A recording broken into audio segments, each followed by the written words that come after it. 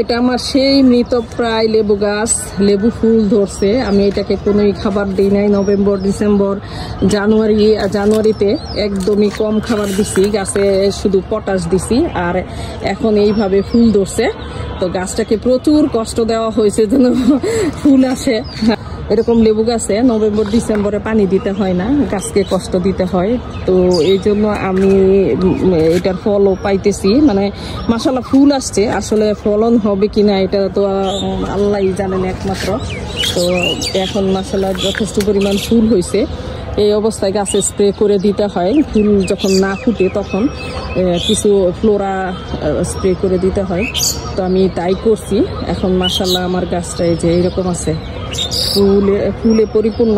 এখন কতটুকু পরিমাণ ফল ধরবে তা আমার একমাত্র আল্লাহ পাকি বলতে পারেন। তো ইনশাআল্লাহ সবাই দোয়া করবেন যেন আমার গাছে অনেক বেশি বেশি লেবু ধরে। আলহামদুলিল্লাহ, আলহামদুলিল্লাহ।